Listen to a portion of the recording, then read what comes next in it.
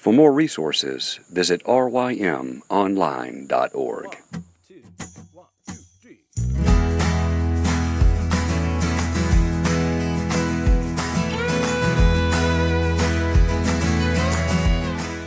The Local Youth Worker is a daily podcast that's centered on 5 questions each week. Ranging from the practical to the professional, we're looking for answers to the questions you're asking. Whether you're in full-time, part-time, or even volunteer youth ministry, this podcast is for you.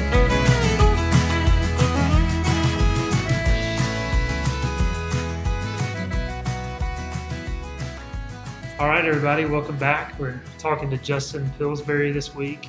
And our third question for this week is, what's an encouraging truth, Justin, that you reflect upon to give you proper perspective in youth ministry? We know any kind of ministry is going to be discouraging at times, and it's easy to lose sight of just some of the simplest truths. So it's going to be one truth or a few. Yeah, there's 2 things I say often.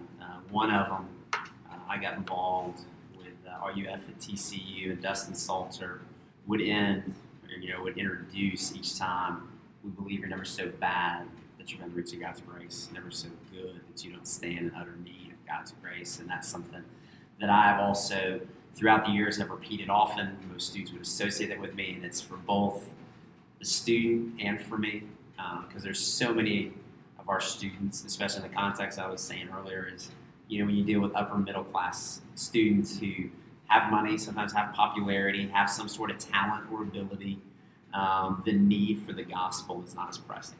And so is that reminder week in and week out, even though you think you have it all together, you still need the grace of God. And then for those students who just can't fathom that there's a God who would love them, that they're not beyond the reach of God's grace. And so when I heard Dustin say that to the first RUF I walked into, it clicked. And so for me, as I minister to students, those 2 things are constantly in my mind as I'm preparing to teach, as I'm ministering. It's kind of, where does this student fall along that paradigm? Is this someone that kind of thinks, hey, I have it all together, life's been great, and needs to understand their need for the gospel more? And then in the same token, or is this someone who just, life has beaten the mess out of them and they can't fathom someone would love them? And so that, always looking for those 2 aims as I teach, because that, as I typically know, that's going to cover the bulk of the students as I teach. Yeah, because that is huge. You're dealing with students on the spectrum.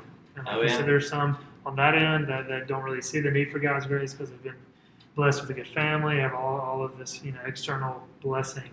And the other end of the spectrum, where kids are so broken that they feel like the love of Christ is beyond them, or His blood couldn't cover their sin. So just to be reminded of that spectrum as you're teaching, I think is vitally important. So it's been huge over the years. And then the other thing is just each time, whether it's in a small Bible study or whether it's in a large group setting, is ending, after reading the Word, the grass withers, the flower fades, but the Lord our God endures forever. And you'll hear many in the PCA use something similar to that, if not those exact words. And it's just that reminder to myself, that reminder to the students, the importance of the Word of God, that the Word of God speaks into your life, that it is going to be here forever. And so, because it can be so easy to think about all the other things in youth ministry and forget how important the Word of God is in shaping the hearts of our students.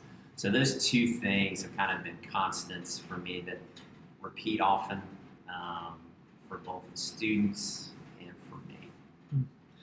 That's good, Justin. Thank you for that.